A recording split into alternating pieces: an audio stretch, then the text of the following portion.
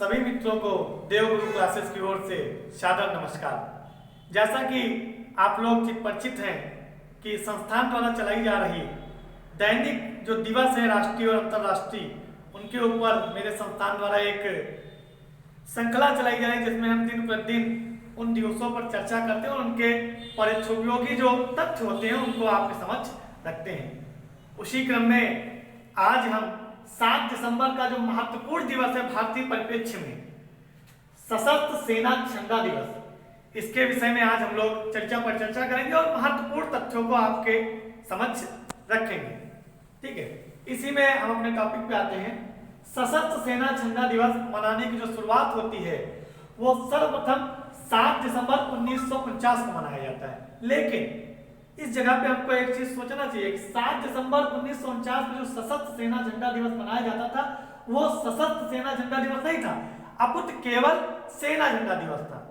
राष्ट्रीय झंडा दिवस, सेना झंडा दिवस, ऐसे कई किताबों विभिन्न किताबों में हमको मिलता है, तो वो मनाया जाता था। और जैसे ही इस क्रम में हम आगे बढ़ते हैं तो 1993 में इसका नाम परिवर्तन करके सशस्त्र सेना झंडा दिवस कर दिया जाता है। अब इसका उद्देश्य क्या है? किसी भी चीज को जब मनाया जाता है तो उसके पीछे अपना उद्देश्य होता है। तो इसका क्या उद्देश्य है? इसका उद्देश्य यह है, जो हमारे देश के प्रति समर्पित हमारे सैनिक हैं, सैनिक वॉलंटियर हैं, इनमें से जो कई सैनिक हैं जो शहीद हो जाते हैं, कुछ संपूर्ण सेवा देने के बाद रिटायर हो जाते हैं, उनमें से उनकी हम सेवा करेंगे। और इस दिन का सबसे मुख्य बात यह होती है कि इस दिन जो झंडे बिकते हैं हमारे राष्ट्र में, इस झंडे से जितना वित्त हमको प्राप्त होता है वो सभी हम उनके कल्याण में समर्पित कर देते हैं। तो यह रहा एक छोटा सा उद्देश्य सशस्त्र सेना झंडा दिवस का। अब धीरे से हम आगे बढ़ते हैं। सशस्त्र सेना के अंग कितने होते हैं? भाई, सशस्त्र सेना झंडा दिवस तो मनाया जाता है, लेकिन सशस्त्र सेना का अर्थ क्या है? सशस्त्र सेना के अंग कितने होते हैं? तो जब इस पे आते हो, सशस्त्र सेना के मुख्यतः 3 अंग होते हैं। कौन कौन से? थल सेना, नौसेना और वायुसेना, ये 3 प्रमुख अंग होते हैं। तो इसी वीडियो के माध्यम से हम ये तीनों सेनाओं पे भी थोड़ी थोड़ी नजर डाल लेते हैं। पहली, थल सेना। थल सेना क्या है? ये थल सेना हमारी जो भारतीय स्थलीय सीमा है, इसकी रक्षा करने का संपूर्ण दायित्व थल सेना के पास होता है। और थल सेना जो है, थल सेना 5 कमानों में बटी हुई है।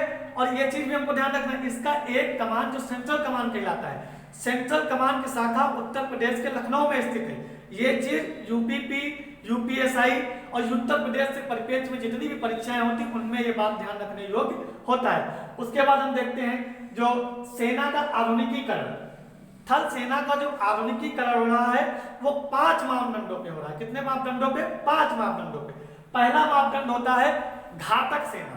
हम अपनी सेना को इस तरह से तैयार कर रहे हैं कि वो शेर कितना एकदम शिकार करना सीख जाए, घातक, उसके एग्रेसिव हो जाए। और दूसरा क्या होता है? अवेयरनेस, जागरूक, वो जागरूक भी रहे। भाई, हमको आक्रमण करना है लेकिन अपनी प्रतिरक्षा को देखते हुए जागरूक भी रहना है। उसके बाद क्या?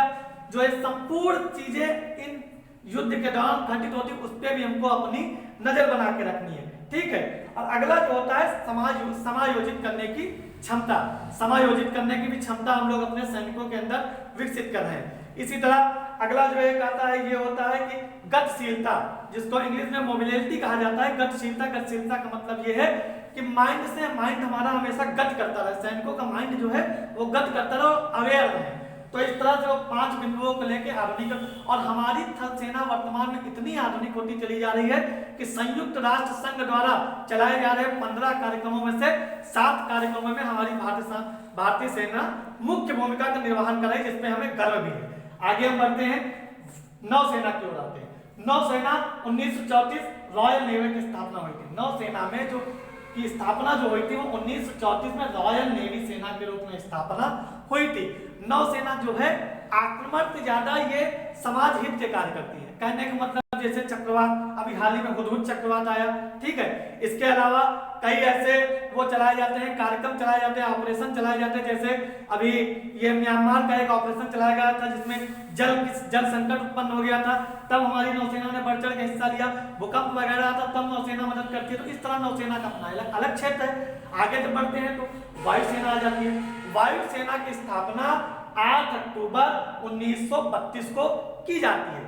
लेकिन यहाँ पे क्योंकि 1947 में हमारा देश आजाद होता है तो उसके पहले ही वायुसेना की स्थापना कर दी जाती है। एक प्रश्न जो एग्जाम के पॉइंट ऑफ व्यू से महत्वपूर्ण हो जाता है कि जो इसके सेना प्रमुख, वायुसेना प्रमुख, जो पहले स्वतंत्र भारत के पहले वायुसेना प्रमुख कौन थे?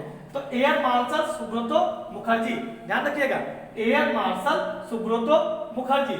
और वैसे तो हमारी सेना 20वीं सदी से ही महिलाओं को आगे बढ़ा रही थी, लेकिन ये जो 21वीं सदी चालू हुई 2000 के बाद वाली, इसमें महिलाओं को एक अलग सम्मान वायुसेना द्वारा दिया गया। और वर्ष 2016 में 3 महिला फ्लाइट स्ट्रीम को, मतलब ये लोग फ्लाइट जेट उड़ाने लगी। फ्लाइट माने होता है मतलब जो लड़ाई झगड़ा वाले लड़ाकू विमान नहीं होते हैं, उनको हम लोग फ्लाइट जेट कहते हैं। तो वो उड़ाने लगी, जिनमें अवनी चतुर्वेदी, भावना कांत और मोहना सिंह, ये 3 प्रमुख है। और ये एग्जाम में पूछे भी गए और आगे भी पूछे जाएंगे। तो इस प्रकार से आज का जो सशस्त्र सेना झंडा दिवस था, बड़ा टॉपिक था, इसको छोटे से वीडियो में हल करना मुमकिन नहीं हो पा रहा था, लेकिन मैंने एक छोटा सा प्रयास किया है। आप महत्वपूर्ण जानकारी इससे एकत्रित करिएगा और आगे चल के आपको सेनाओं पर मैं एक और वीडियो देने का प्रयास करूंगा। धन्यवाद।